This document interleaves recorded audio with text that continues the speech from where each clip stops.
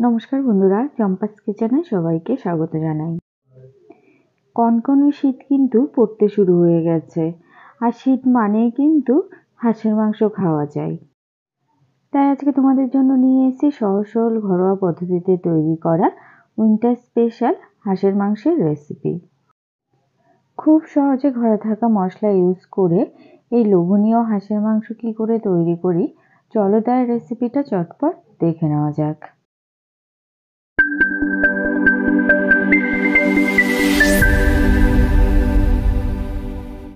সবার প্রথমে একটা মশলা বেটে নেব। এখানে মোটামুটি 20 থেকে 25টা কাঁচা লঙ্কা নেওয়া হয়েছে, 20-25 কোয়া রসুন আর 4 ইঞ্চেস আদাকে মিক্সিং জারে সামান্য জল দিয়ে ব্লেন্ড করে নিয়েছি। আর এখন যেহেতু হাঁস বাজার থেকে কাটিয়ে আনা যায়, তাই পালক ছাড়িয়ে সেকে হাঁসের মাংসগুলোকে ছোট ছোট করে টুকরো করে ভালো করে ধুয়ে নেওয়ার পরে 2 টিস্পুন নুন আর হলুদ ভালো করে মেখে মোটামুটি আধ ঘন্টার জন্য ম্যারিনেট করে রাখা হয়েছে। মা আগে থেকেই লাল লাল করে আলুও ভেজে রেখেছে। আলু ভাজার ওই তেলেই আরও 2 টেবিল স্পুনের মতো সর্ষের তেল দেওয়ার পরে গরম তেলে 2টো শুকনো লঙ্কা, 2টো তেজপাতা, কয়েকটা গোটা গরম মশলা আর হাফ টিস্পুন গোটা জিরে দিয়েছি। দিচ্ছি 1 টিস্পুন চিনি। চিনি ক্যারামেলাইজড হওয়া অবধি ফোড়নের মশলাগুলোকে ভেজে নেব। ফোড়নের কালার চেঞ্জ হয়ে সুন্দর একটা মিষ্টি গন্ধ বেরিয়েছে, আর চিনিটাও গলে লালচে হয়ে ফুলে উঠেছে। এবারে এর মধ্যে দেব ছোট ছোট করে কুচিয়ে রাখা পেঁয়াজ। বড় বড় 5 থেকে 6টা পেঁয়াজ এখানে রয়েছে।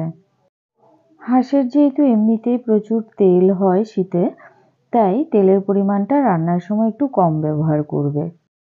মিডিয়াম ফ্লেমে 3 থেকে 4 মিনিট ভেজে নিয়ে পেঁয়াজগুলোকে এরকম লালচে করে নিতে হবে। এবারে দিচ্ছি বাটা মশলাটা।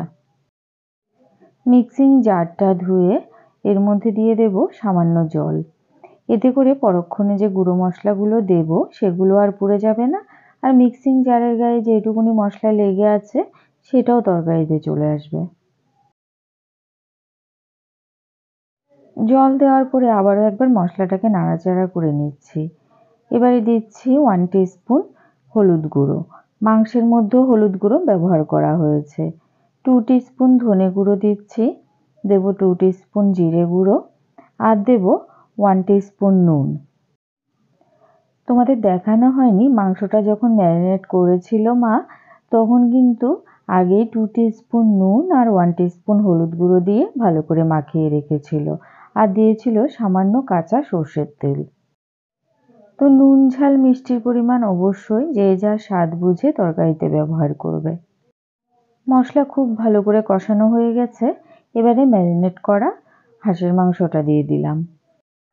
এবারে কষিয়ে নেওয়া মশলার সাথে হাঁসের মাংসগুলোকেও খুব ভালো করে মিশিয়ে নিতে হবে, আর এভাবে মোটামুটি 2 থেকে 3 মিনিটের মতো নাড়াচাড়া করতে হবে। গ্যাসের আঁচ মিডিয়ামে রেখে 5 মিনিটের জন্য ঢেকে দিলাম। হাঁসের মাংস যেহেতু একটু শক্ত হয়, তাই সেদ্ধ হতে বেশি সময় লাগবে। দেখো এরই মধ্যে হাঁস থেকে বেশ খানিকটা জল বেরিয়ে এসছে। এই জলেই হাঁসটাকে ভালোভাবে কষিয়ে নেব। আলাদা করে জল কিন্তু কষানোর সময় ব্যবহার করব না। মাঝে মধ্যে ঢাকাটা তুলে নাড়াচাড়া করে মোটামুটি 1 ঘন্টার মতো হাঁসটাকে কষিয়ে নেব।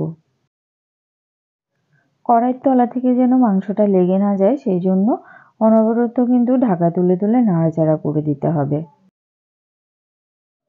হাঁসের মাংস যত ভালো করে কষাবে রান্নার স্বাদ কিন্তু তত ভালো হবে। মিডিয়াম টু লো আঁচে কিন্তু সম্পূর্ণ রান্নাটা করছি। ওই মোটামুটি 5-10 মিনিট অন্তর অন্তর ঢাকাটা তুলে একবার করে নাড়াচাড়া করে দিচ্ছি। আমাদের চ্যানেল চম্পাস কিচেনের রেসিপিগুলো যদি তোমাদের ভালো লাগে, তাহলে অবশ্যই চ্যানেলটাকে সাবস্ক্রাইব করে নেবে এবং পাশে থাকা বেল আইকনটাকে প্রেস করে দেবে। এতে করে যখনই আমি নতুন ভিডিও আপলোড করব, সাথে সাথে এর নোটিফিকেশান তোমাদের কাছে পৌঁছে যাবে। হাঁসের জল কিন্তু এখনো সম্পূর্ণ শুকায়নি, তাই আরও 10 মিনিটের জন্য ঢেকে দিয়েছিলাম। মোটামুটি 45 মিনিটের মতো ঢেকে ঢেকে কষিয়ে নেওয়ার পরে দেখো হাঁসের জল শুকিয়ে এর থেকে প্রচুর পরিমাণে তেল ছেড়ে এসছে। হাঁসের মাংসটা কিন্তু প্রায় কষানো হয়ে এসছে। এই সময় এর মধ্যে ভেজে রাখা আলুগুলো দিয়ে দিয়েছি আর দেব গরম জল। আরও 5 মিনিটের জন্য ঢেকে দিচ্ছি, তারপরে ঢাকাটা তুলে এর মধ্যে গরম জল ব্যবহার করব। যত বেশি সময় ধরে হাঁসের মাংস কষাবে রান্নার স্বাদ কিন্তু তত ভালো হবে। এর মধ্যেই দেখো হাঁসের কালারটা কত সুন্দর এসছে। তো বন্ধুরা, আজকে হাঁসের মাংসের এই রেসিপিটা তোমাদের কেমন লেগেছে অবশ্যই কমেন্ট করে জানাবে।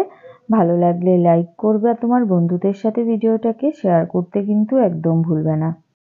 দেখো বন্ধুরা, হাঁসের মাংসটা খুব সুন্দর সেদ্ধ হয়ে গেছে আর জল শুকিয়ে তেলও ছেড়ে এসছে। দেখতেই বোঝা যাচ্ছে হাঁসের মাংস কষানো হয়ে গেছে। এবারে এর মধ্যে দেব মোটামুটি 2 কাপ গরম জল। অবশ্যই করে গরম জলই ব্যবহার করতে হবে, এতে করে রান্নার স্বাদ যেমন বজায় থাকবে, মাংসের টেম্পারেচারটাও সঠিক থাকবে। নাহলে কিন্তু ঠান্ডা জল ব্যবহার করলে মাংসটা অনেক সময় শক্ত হয়ে যায়। ঝোলের সাথে সমস্ত কিছু খুব ভালো করে মিশিয়ে গ্যাসের আঁচটা হাইতে করে দেব। গরম জল যেহেতু ব্যবহার করেছি তাই ঝোল ফুটে উঠতে কিন্তু খুব বেশি সময় লাগবে না, প্রায় সাথে সাথেই ঝোল টকবক করে ফুটে উঠেছে। এবারে 1/2 টিস্পুন গরম মশলা গুঁড়ো দিয়ে দিলাম। এমনিতেই হাঁস থেকে প্রচুর তেল বেরিয়েছে, তাই হাঁসের মাংসে ঘি দেওয়ার প্রয়োজন নেই। হাঁসের একটা নিজস্ব ফ্লেভার রয়েছে। গরম মশলা সবকিছুর সাথে ভালো করে মিশিয়ে দিয়েছি। এবারে গ্যাসের আঁচটা লোতে করে আরো 10 মিনিটের জন্য ঢেকে দিলাম। টোটাল 1 ঘন্টা হাঁসের মাংসটাকে রান্না করার পরে দেখো বন্ধুরা, ঝোলের উপরে কি সুন্দর করে তেল ভেসে উঠেছে। শুধু কাঁচা লঙ্কা ব্যবহার করেই রান্নার কালারটা এত সুন্দর এসছে। হাঁসের মাংস রান্না কিন্তু কমপ্লিট।